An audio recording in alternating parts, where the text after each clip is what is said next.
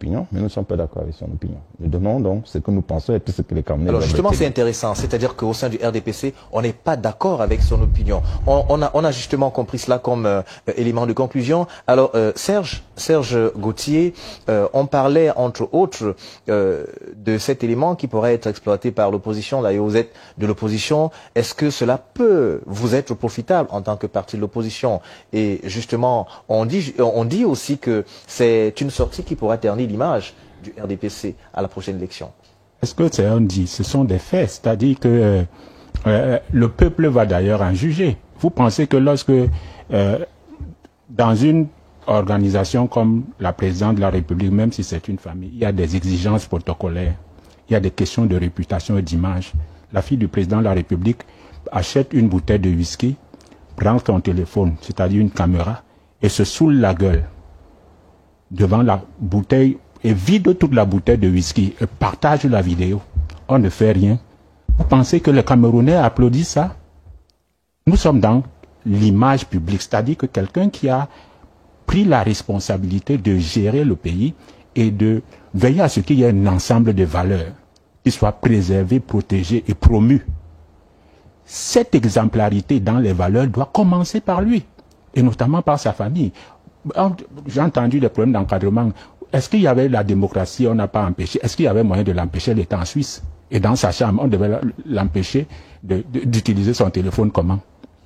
Moi, ça m'amuse. Alors justement, votre vis-à-vis parlait notamment de cette sortie de la fille du président, de Brenda Biya, comme un exemple, un modèle de démocratie, comme quoi le président estime justement que même au sein de sa famille, la démocratie n'est pas, c'est pas une chimère, c'est pas nébuleux, c'est une réalité. Mais vous voulez que je vous cite l'ONG, le rapport très élaboré de l'ONG Nouveau Droit de l'Homme, rapport de 2019, qui dit clairement, de février 2019, qui dit qu'au Cameroun, 85% des manifestations publiques ont interdit. C'était en février 2019, et 65% des réunions publiques. Entre 2019 et 2025, ça a tellement augmenté que peut-être on a 98%, puisque les sous-préfets sont devenus des dieux et des rois au Cameroun. C'est-à-dire que l'espace public, je parle en présence d'un avocat, l'espace public est une copropriété. Et nous sommes les dépositaires du pouvoir. Un sous-préfet est un délégataire du pouvoir. Mais un sous-préfet se comporte comme un dieu. Au Cameroun, il vous permet, vous lui déclarez, vous lui dites, je vous informe que j'organise ma manifestation. C'est ce que la loi dit. Quelqu'un se lève et vous dit, je vous interdis de ne pas organiser cette manifestation. Dans quelque chose qui vous appartient, vous n'êtes pas content qu'il y ait de l'électricité. Parce que vous faites des délestages. Un sous-préfet, parce qu'il habite dans une maison de fonction, que vos impôts payent. Il a un salaire avec votre argent des impôts. Il a un groupe électrogène pendant que vous n'avez pas d'électricité. Avec l'argent de vos impôts, dont il est éclairé, et se permet de vous empêcher, vous qui êtes du grand nombre. Et vous dites qu'il y a la démocratie. Il parlait de la qualité, ce qu'ils ont fait. Il a fait la litanie, les écoles, ainsi de suite. Moi, je vais vous poser une question. À quoi sert la quantité sans la qualité? Vous savez justement que je ne vais pas répondre. Vous allez oui, c'est une rhétorique. Tout à fait. C'est une interrogation. Je vous réponds. À quoi sert la qualité sans la quantité? Et d'ailleurs, l'un des indicateurs de ce que... On gardera la question tout à l'heure parce qu'elle est très certainement adressée à Ahmed Georges Tegem. Il est là, il prend un autre. Vous l'allez me déconcentrer. Allez-y. Cette qualité-là, s'il y avait tellement de qualité, pourquoi ils se soignent à l'étranger, envoient leurs enfants fréquenter à l'étranger? Vous allez me dire c'est le choix. Bon, alors, je pose la question de savoir, vous avez déjà vu l'actuel président américain comme un président américain aller se soigner même en France, au Japon? Vous avez déjà vu un président d'une puissance, c'est-à-dire d'un pays qui estime qu'il a un système de santé, un système d'éducation, envoyer son enfant faire des formations ailleurs, alors que ça doit être un orgueil d'avoir que l'enfant fréquente chez soi. Hein? Quelle est la qualité de cette quantité? Quelle est la qualité de cette quantité en termes de, par exemple, d'insertion professionnelle? On a parlé de diplomatie, du rayonnement du Cameroun. Justement, le Premier ministre Philemon Yang Eter a présidé l'Assemblée générale des Nations Unies jusqu'en septembre. Venons-en. Aucune position claire concernant la guerre au Congo démocratique. C'est son continent. Il a été là pendant un an. Vous allez me surprendre en me donnant des dates. J'ai fouillé dessus. Deuxième chose, sur la guerre au Moyen-Orient, sur la crise ukrainienne, avec vous avez entendu la position du Cameroun? Mais justement, ça a été un modus operandi du Cameroun. Écoutez, le règlement des mots qui ne s'ingère pas. Vous présidez une assemblée générale et je vais vous donner une information que vous pouvez vérifier. On a même donné actuellement un pouvoir au président de l'Assemblée générale des Nations Unies d'introduire des résolutions sans vote, sans que ça ne passe par le vote. Vous voulez parler, vous dites que le Cameroun ne s'ingère pas. Vous avez vu l'incident du juge sénégalais? Le Sénégal est sorti pour défendre son compatriote. Avec le Cameroun, c'est souvent le cas quand nous avons un problème, notre communauté est mise en difficulté à l'étranger. Vous avez déjà vu une position officielle de l'État du Cameroun? On a l'impression que nos compatriotes sont à l'abandon. Quand vous parlez on a donné la parole. J'ai ri quand Maître Tegem l'a dit. Pourquoi je ris? Parce que président de la République, ministre, sénateur, député, maire et ainsi de suite, conseillers municipaux, sont des élus, c'est-à-dire des délégués, je reprends encore ça. C'est nous qui avons le pouvoir. On ne peut pas, moi je donne le travail à quelqu'un pour qu'il dirige parce que on ne peut pas tout faire. Quelqu'un me donne ma liberté. Et c'est comme ça qu'on nous abrutit. C'est-à-dire que c'est le peuple qui dit, je veux être démocratique, je veux être libre de parler, je vais parler. Ce n'est pas le président, Paul Biya ne donne rien à personne, je ne suis pas la propriété privée de Paul Biya. Parce que quand vous dites, Paul Biya a donné la parole, il ne me donne pas la parole. C'est moi qui lui dis, j'attends que tu me donnes la démocratie à tel endroit.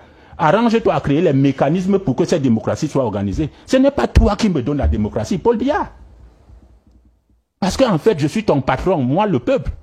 Et c'est pour cela que tu utilises mes impôts, c'est pour ça que je te nomme, je te vote. Quand je te vote, je te mets au travail. L'idée donc il y a, quand je dis ça, ça peut vous amuser parce que nous sommes, comme on dit souvent, un peu coincés dans la tête. Il y a une perception qu'on a mise dans la tête des gens du service public. C'est-à-dire que l'agent qui travaille pour vous, du service public, c'est comme si c'est lui qui vous fait une faveur. Vous comprenez? Ça va du président de la République jusqu'au dernier des fonctionnaires. Quand vous arrivez, c'est comme si vous suppliez quelque chose, alors que c'est vous qui l'employez. Et c'est pour cela que la question de la reddition des comptes, en termes de réputation, là, semble, on la balaie du revers de la main parce qu'on estime que non, c'est une faveur qu'on doit vous communiquer. Pour ajouter à votre moulin, on a entendu dans les propos également, j'ai vécu dans la maison familiale, ainsi de suite, pour parler là du palais. Est-ce que ça ajoute quelque chose à ce que vous dites, comme quoi à un moment donné, il y a une sorte de caporalisation du bien public en le confondant pratiquement à quelque chose de privé? Donnez-moi l'emploi. Ailleurs, on aurait clairement demandé quelles sont les sources de revenus.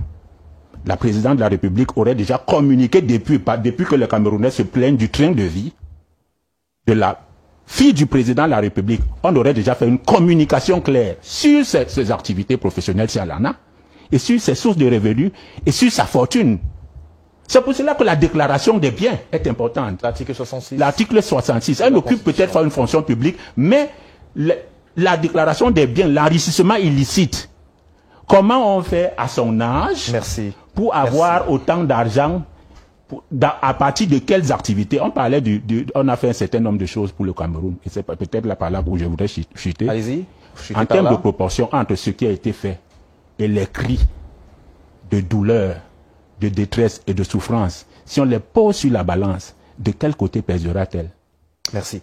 Merci beaucoup. Alors, vous allez réagir très certainement, Arlette. Vous étiez très silencieuse. Vous écoutiez studieusement tout ce qui était développé par vos vis-à-vis sur le plateau. Mais on reste parce qu'on va sortir du sujet de la fille du président de la République. Il se dit justement, selon les propos de Georges Tegem, beaucoup de choses ont été faites et que très certainement on devrait les apprécier. Que dites-vous?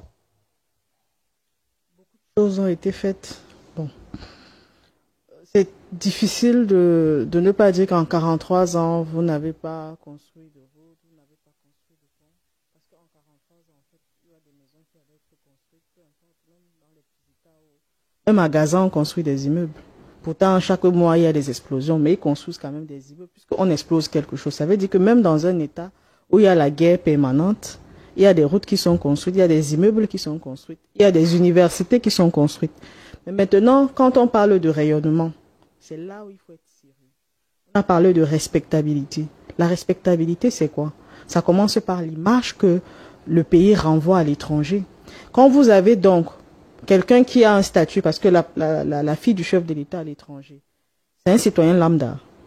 Est-ce que c'est un citoyen lambda? Ça veut dire qu'elle bénéficie de l'accompagnement diplomatique. Elle a une protection, toujours payée par nos frais. Donc en réalité, c'est quelqu'un qui est en train d'une manière visible ou pas, nous sommes en train de payer ce train de vie d'une manière, ne serait-ce que par sa sécurité. Parce que même le pays où elle vit, je ne suis pas sûr que ce soit permis en Suisse pour un Suisse de se saouler la gueule en prenant une caméra, en mettant dessus. C'est pas possible. Parler de respectabilité aussi pour un pays, c'est justement quelles sont les valeurs que l'on prône. Et les valeurs ne sont pas à géométrie variable. C'est pas parce que on est la fille du chef de l'État qu'on peut tout se permettre. Non, ce n'est pas vrai. Au contraire même, on a le devoir de respectabilité, de sérieux, pour faire au moins ce que ce petit respect puisse arriver. Maintenant, en termes d'infrastructure, vraiment le Cameroun, nous sommes en 2025. Pendant pratiquement 7 ans, on nous a dit au Cameroun, vous savez quoi, on exporte trop, il faut que, on importe trop, il faut que, voilà, qu'on essaye de transformer sur place l'import substitution. C'était le mot que vous avez suivi de 2018. Ça a disparu depuis 2024. Si vous remarquez bien, tous les discours officiels en économie. Comme la transition générationnelle. Ça a complètement disparu. Exactement. C'était le discours aussi qui était fait en 2018. Il y aura une transition générationnelle. Maintenant, c'est devenu un discours de campagne. C'est revenu à la campagne. Donc, c'est le seul qui peut, en 43 ans, assurer une transition générationnelle. Alors qu'il a eu 43 ans pour faire cette transition, il n'a pas réussi. Donc, en 2025, nous avons explosé encore tous les records. Donc, ça veut dire que quand la politique d'import-substitution était mise sur pied, on avait un excédent de près de 1000 milliards. Aujourd'hui, on a explosé à 2000 milliards. Ça veut dire quoi? Tous les projets qui ont, notamment auraient permis à l'économie camerounaise de se porter mieux, tous ces projets n'ont rien donné. Au contraire, vous avez plutôt vu des ministres du commerce aller célébrer des Camerounais qui importaient le riz. Alors le riz faisait partie justement des cultures prioritaires. Mais voilà donc le rayonnement dont on nous parle. C'est-à-dire qu'on continue toujours à enrichir les économies ailleurs, alors que le Camerounais, le cultivateur camerounais est dans une peine profonde. Donc, lorsque la fille du chef de l'État parle de la souffrance des Camerounais, peut-être qu'elle n'a pas la maîtrise de cela, parce qu'on l'a trop longtemps déraciné.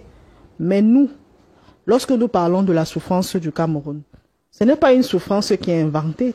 Ce n'est pas quelque chose qui est virtuel. Nous voyons cette souffrance au quotidien quand nous empruntons les routes. Nous sortons de là, toutes les routes sont dans un état délabré. On en parlera dans un instant. Nous sortons de ces universités, de ces fameuses universités. Le taux de sous-emploi, c'est de combien? Lorsque le DSCE, le document de stratégie pour la croissance et l'emploi, non, ça a d'abord commencé par le DSRP, le document de stratégie pour la réduction de la pauvreté. On était au Cameroun en termes de sous-emploi 66%. Dès qu'on a mis un document pour penser les stratégies de développement au Cameroun, le taux de sous-emploi est monté à 77%. Donc chaque fois que ces gens veulent réparer quelque chose, ça se gâte. Et c'est exactement... Depuis quelque temps, on nous dit c'est les collaborateurs du chef de l'État qui sont en train de matérialiser. Le chef d'État s'est mis en retrait, il a formé des collaborateurs. Mais ce sont justement ces collaborateurs dont la fille du chef d'État se plaint. Écoutez bien son discours. Ce sont ces collaborateurs dont elle se plaint. Et ce sont ces mêmes collaborateurs-là dont nous tous on se plaint. Finalement, de quelle transition on veut donc nous parler? D'une transition des acteurs qui n'arrivent pas à réaliser ce qu'ils promettent? D'une transition de personnes qui n'arrivent même pas à réaliser le minimum syndical pour donner aux Camerounais le minimum pour vivre? C'est de cette transition-là dont on parle. Il a évoqué les universités. Je reviens encore sur les universités. Vous avez été formé dans ces universités. Naturellement, je suis un pur produit de l'université. Vous êtes pourtant très brillante, Arlette. Heureusement. Vous êtes brillante. Heureusement que je suis très brillante. Voilà. Donc, on veut dire que l'université camerounaise est exceptionnelle. Mais est-ce que l'objectif des universités, c'était de créer des personnes brillantes ou bien c'était de donner un minimum syndical à chaque Camerounais? C'est-à-dire enseignement, recherche, développement, et ils ont échoué en matière de développement. Merci. Exactement. Question parce que parfois je prends des décisions impulsives et je ne me rends pas compte des gens que je heurte dans le processus. Je vais vous dire ce que je pense réellement. Et je ne dis pas ça juste parce que j'ai un... Comment dire? Je ne dis pas ça juste pour le dire. Tout le monde sait que j'ai toujours admiré l'intellect de mon père et que j'ai toujours voulu avoir en même temps le cœur de ma mère. Je ne veux pas en rajouter de l'huile sur le feu ou m'enfoncer encore plus, mais je pense que c'est ce genre de choses où si un jour il y a un changement ou que les choses changent, plus tard le peuple va se rendre compte qu'au fait leur président c'était vraiment un bijou.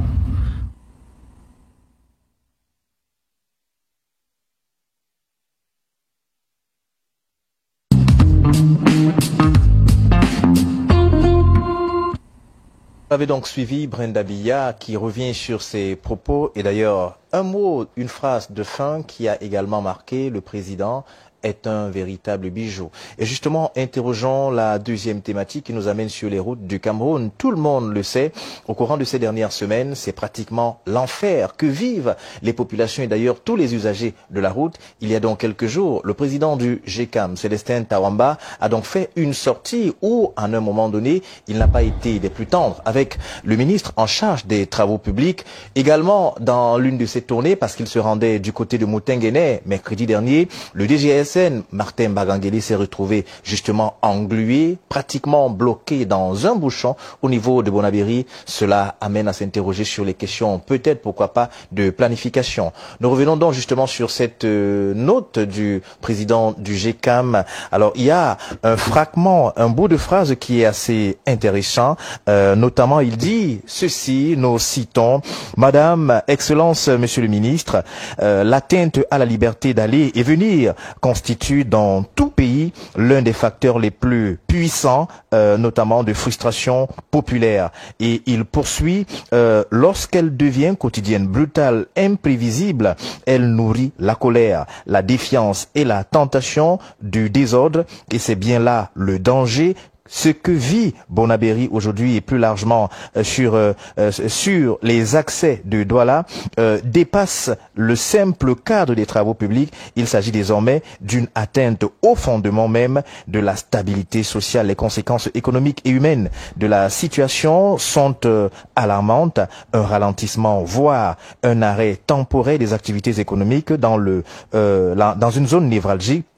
Une explosion évidemment des coûts logistiques et du transport avec des répercussions sur les prix à la consommation, une détresse croissante notamment des populations contraintes d'abandonner leurs véhicules pour marcher des heures dans des conditions indignes et surtout un risque réel de désengagement des investisseurs qui n'ont ni la patience ni l'obligation de subir de telles conditions. Maître Georges Tighem, le président Paul Biya a un véritable bijou si on s'en tient justement à la belle peinture que vous avez faite tout à l'heure. Mais est-ce qu'on va se dire que ça ne contraste pas un tout petit peu avec ce que vient de faire comme description le président du GECAM, parlant notamment des infrastructures routières et le cas Bonabéry? Écoutez, vous savez, les gens ont le droit de s'exprimer, hein. Mais est-ce que quelque part aussi, on peut s'exprimer, mais que la parole devienne une sorte d'exutoire, le moment où on peut justement dire des choses dans le sens de pousser l'autre, notamment à s'améliorer. Est-ce que depuis pratiquement 43 ans, ou du moins ces dernières années, on a l'impression que les choses s'améliorent dans le sens de faciliter la vie des Camerounais? Lorsque vous voyez la pénétrante Est, il n'y a pas un effort qui a été fait? Dites-nous. Lorsque vous partez de l'école publique en passant par l'université pour atteindre le carrefour de Coty, Après un effort qui a été fait, c'était une piste.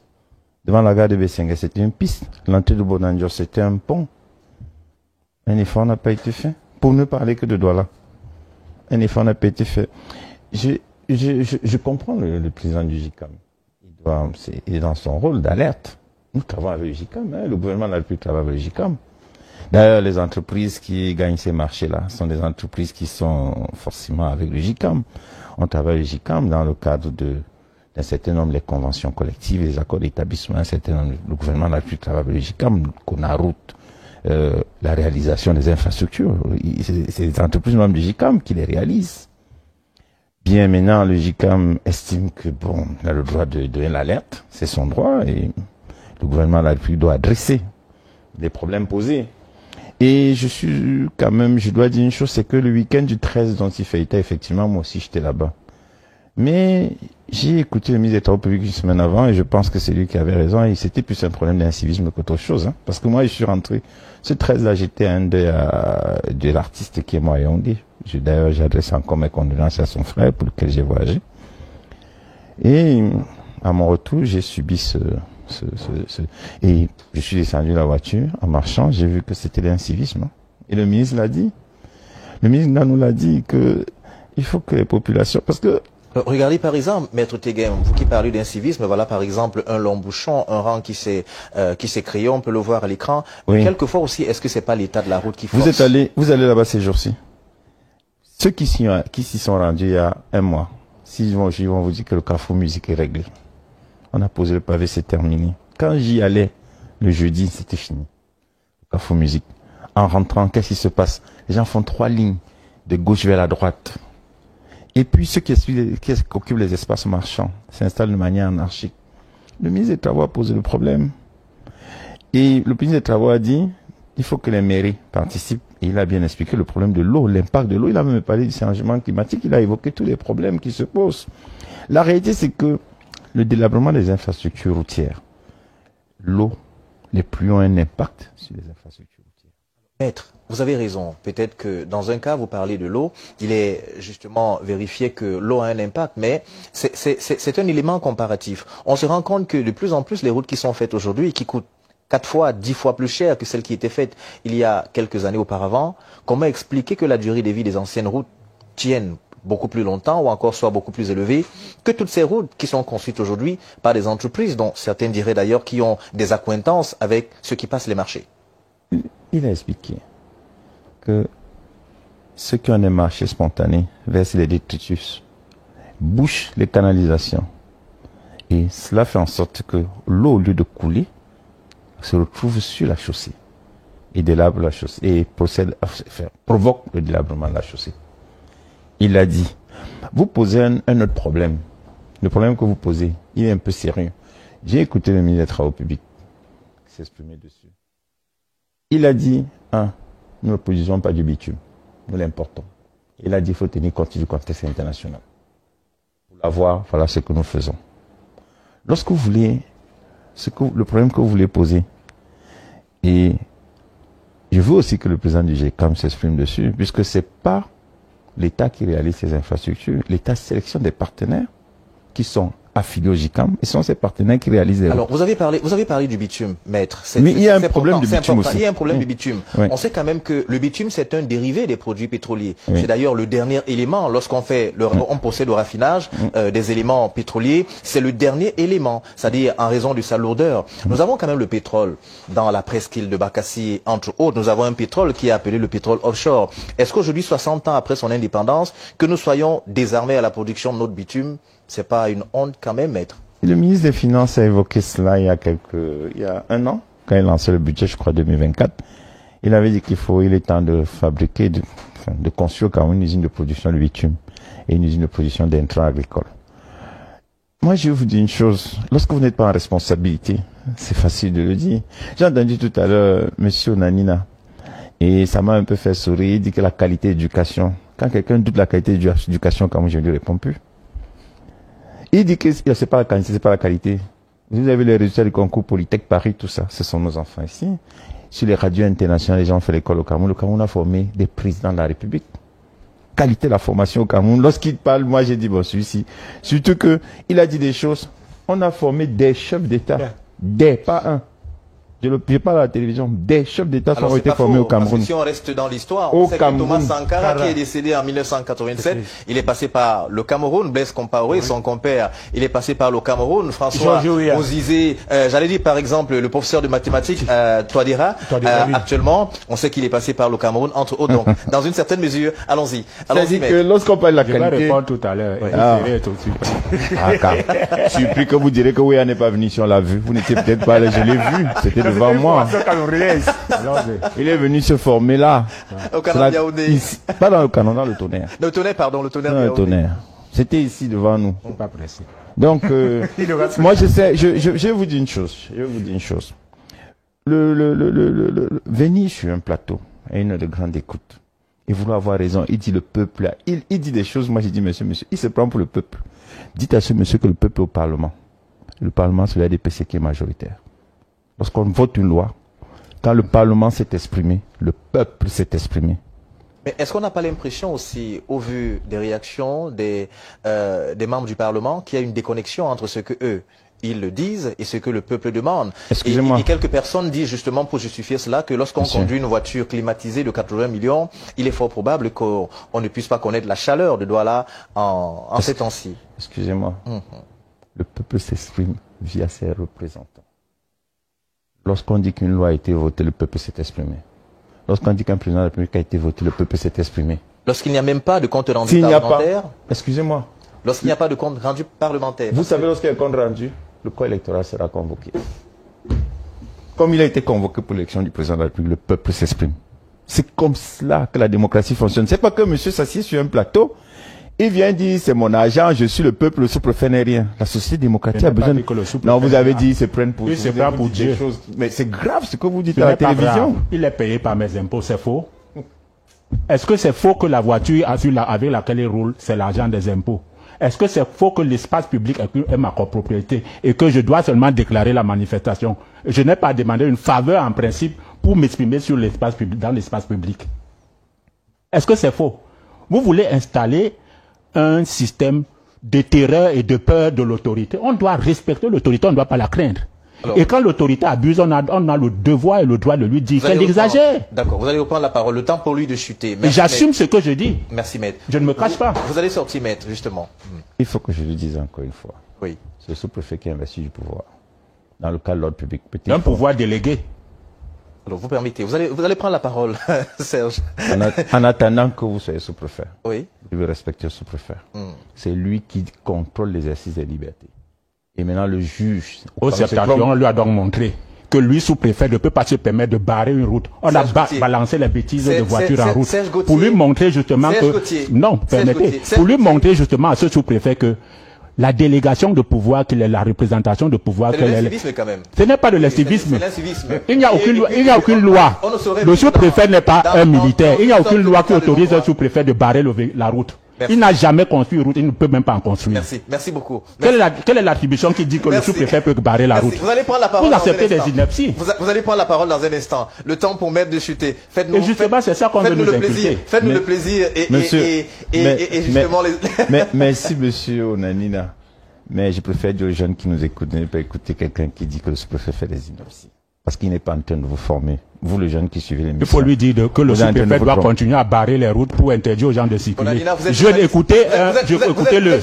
Vous êtes journaliste, vous savez justement... Le sous-préfet continue à barrer les routes alors que c'est illégal. Et je ne suivais la bêtise là. Serge Gauthier, il y a un minimum d'élégance que nous avons... Quelle élégance? Je n'ai pas manqué d'élégance. Vous prendrez la parole à votre tour, très certainement. Nous permettrons à Maître de chuter parce qu'il a encore 30 secondes. Nous disons aux jeunes qui suivent l'émission qu'un sous-préfet, c'est une autorité administrative qui a un pouvoir de maintien de l'ordre. Et dans le cas de maintien de l'ordre, il peut prendre des décisions. Il ne faut pas écouter ceux qui veulent le pouvoir dans 3 semaines et disent que le sous-préfet n'est rien. l'espace public leur appartient. Les sous-préfets qui barreront les routes ne sont pas à respecter. Merci. Non, on était sur un sujet. Merci Serge Gauthier. Serge Gauthier, permettez-nous d'avancer parce que justement, plus on est dans le jeu des reprises, ça nous fait perdre. Justement, ça nous fait perdre en temps. Vous aurez votre temps de parole. Et il n'y a qu'à noter et puis vous allez réagir. Et s'il advient, si tant il est que des choses qui ont été dites ne sont pas vraies, par exemple, à votre avis, vous aurez le temps de corriger de toutes les façons. Et puis quand il s'énerve, il dérape. Il aggrave sa situation. Il ne sait pas pourquoi il ne le comprend pas. Bon, moi je vais dire, non, laissez que